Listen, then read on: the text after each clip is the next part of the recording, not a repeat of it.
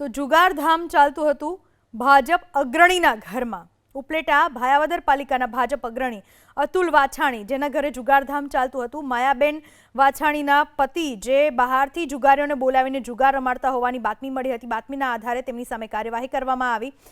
માયાબેન હાલમાં વર્તમાન કારોબારી ચેરમેન તરીકે કાર્યરત છે। અતુલ વાછાણી તેમના પતિ અને માયાબેનના ઘરમાં જુગારધામ ચાલતું હોવાનો પોલીસ તપાસમાં પર્દાફાશ થયો।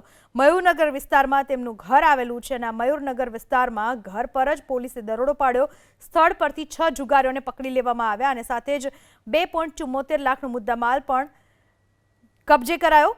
અતુલ વાછાણી બહારથી જુગારીઓને બોલાવી પોતાના ઘરે જુગાર રમાડતા હતા।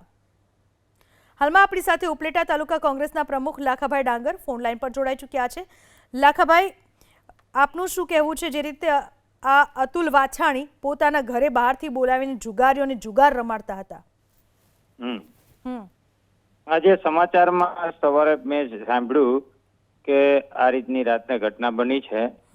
ભાયાવદર શહેરના પૂર્વ નગરપતિ એવું જાણવા મળ્યું છે। પોલીસ દ્વારા એમની ધરપકડ કરવામાં આવી છે ને જે પણ જુગાર એવા મને સમાચાર મળ્યા છે ત્યારે એક શોભનીય સ્થિતિની વાત છે કે જ્યારે એક જવાબદાર વ્યક્તિ દ્વારા આવું માની લો કે જુગાર રમાતો હોય અને એક શોભનીય બાબત છે, અશોભનીય બાબત છે। એટલે આ એવું કહેવાય કે ભાઈ અતુલભાઈને કદાચ એવું હતું કે હું તો રાજકારણમાં છું એટલે મારી સામે કોઈ કાર્યવાહી નહીં થાય, મન ફાવે એમ બહારથી જુગારીઓને બોલાવો, જુગાર રમાડો, આપણે તો લેબલ છે જ, આવી મેન્ટાલિટી? એવી મેન્ટાલિટી હોઈ શકે, એ જ મેન્ટાલિટી હોઈ શકે। શું કેવું છે, શું કાર્યવાહી થવી જોઈએ તમારા મતે?